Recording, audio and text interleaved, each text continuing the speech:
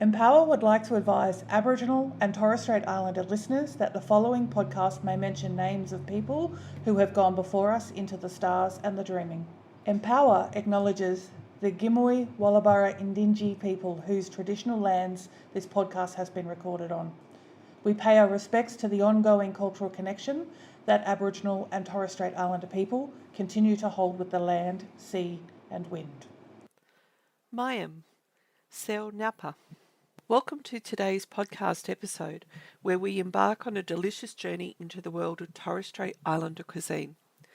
In this culinary episode, Food Adventures Traditional Meets Western, we'll discover how balancing traditional Islander dishes with Western society dishes helps maintain cultural significance and fosters a heartwarming sense of community, especially when delivering services to elders. My name is Joanne, and I am a Maoris woman of Eastern Torres Straits. I will be yarning with Bala Reggie Powell and Bala Gerald Bowie. Bala Reggie, who has connections to the Sumseb tribes of Arab in the eastern islands of the Torres Strait, was born on Thursday Island with family origins tracing back to Arab and the Kaguri Island Butchulla people. Bala Gerald, an emerging elder and traditional owner from the Aragon tribe on Bardu Island, brings his rich experience and dedication to community well-being. Together, they will guide us through the art of using food to tell stories and bridge cultures. Celebrate with us as we explore the importance of food in preserving traditions and creating connections across diverse cultures. Blending traditions. How can non-Indigenous caregivers ensure Torres Strait Islander elders have access to and benefit from traditional foods while balancing cultural influences and dietary needs in aged care? Well, I would think you would talk to the family, you would talk to the community and other elders that associate with the families or the individual, the aged care setting, and we should gain some understanding of how the people or the individual or the community have shared their food and on how traditional taka is shared abroad. And I think it's something that in the aged care setting would be accepted once talking to the significant family members or community members. Well, our forefathers, they lived long over the years in 18th and 19th century. This because they work hard and they eat the right food. They lived off a veggie garden, a vegetable and fruit garden, and they lived off the sea. Now that's telling me those kind of food that can be introduced to aged care in order. So instead of having outside influence diet all the time, our people we can introduce that kind of food or engage that kind of food. Well, they really enjoy, because our ancestors and our grandfathers we lived in seasonal all year, but due to climate change things are now changed. Delayed seasons, delay the pattern in the water, which is the sea and the land. And today we've got a Western influence. We haven't got gardens anymore, but people shop through stores, shopping center, markets, and the outcome of that is there's a big risk to our health if no one's working hard anymore in the land, in the sea. So I suppose with a couple of our dishes engaged to the aged care, that's gonna boost them up as well, eating traditional food. They know how important those resources are. Cultural significance of food. How can aged care services better understand and respect the cultural importance of Torres Strait Islander cuisine while providing options that align with both traditional and Western dietary preferences? Yes, and again, a lot of the food are seasonal food, so we would eat around our season. And our season would also reflect our dietary or our health in general. From time to time, as I mentioned, a lot of our dietary or our food consumption is based in its seasons. And respectfully, we can, marry that across to the Western way of eating now. We can understand our body now. We've sort of transitioned from a space from eating like 20 years ago to now. The food are more preserved, and we don't see much of those seasonal food around it anymore. We tend to eat a lot of processed food, and we can only allow some time or some opportunity for our traditional food to be presented in the aged care setting. And from time to time, in ceremonies or traditional celebration or cultural celebration, we tend to see a banquet of that seasonal food. But in a setting such as an aged care, there is a closer alliance or a closer partnership with our families to make those food available from time to time.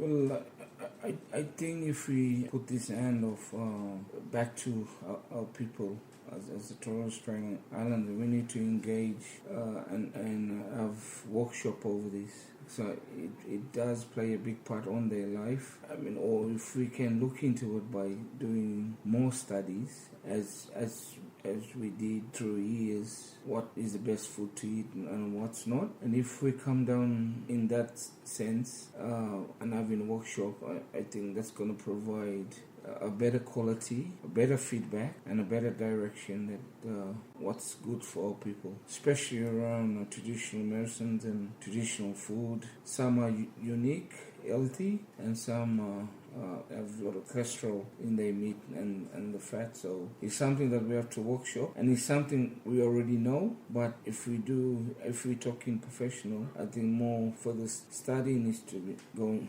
into this. Especially, it's a community source.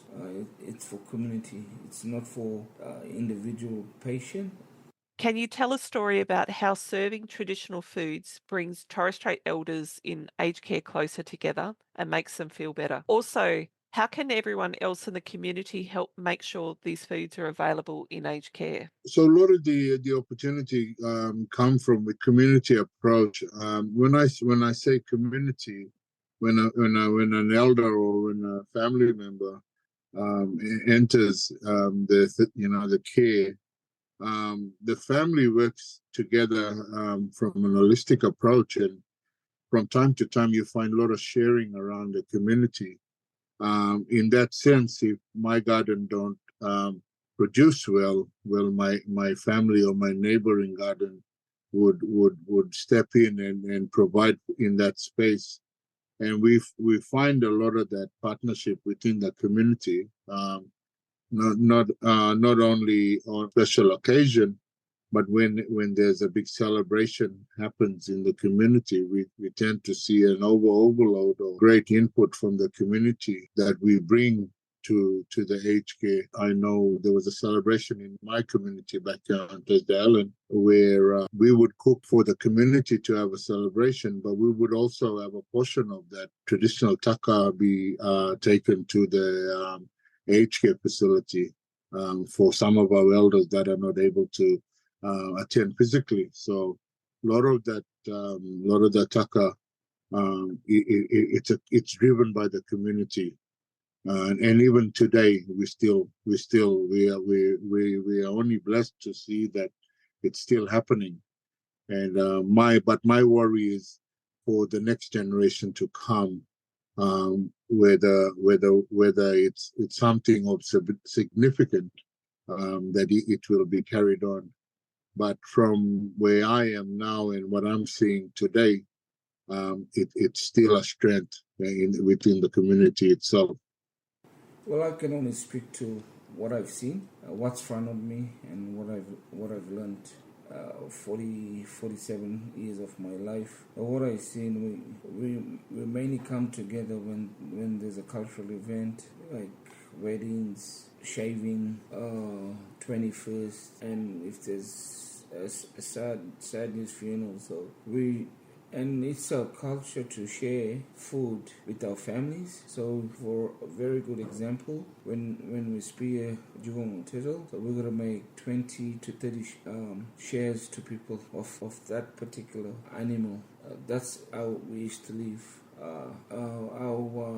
Our combination with families and our togetherness is very strong.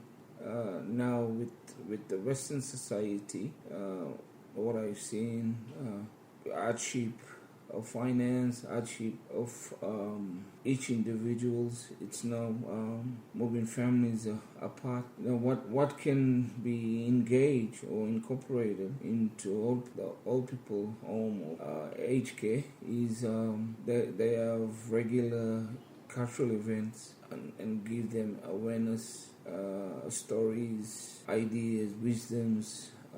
They can even speak wisdom. Most of them are still strong, physically, mentally strong. So if you incorporate all these events in aged care, it's going to carry their happiness and they're going to be strong. As we wrap up our exploration of Torres Strait Islander food, we've unravelled a tapestry of flavours, stories and connections. Through the blending of traditions, the cultural significance of food, and the bonds forged over meals, we've witnessed the power of food as a bridge between cultures and generations. So, the next time you sit down to savour a meal, remember the profound way it can tell a story and bring people closer together, just as it does in the vibrant world of the Torres Strait Islander cuisine.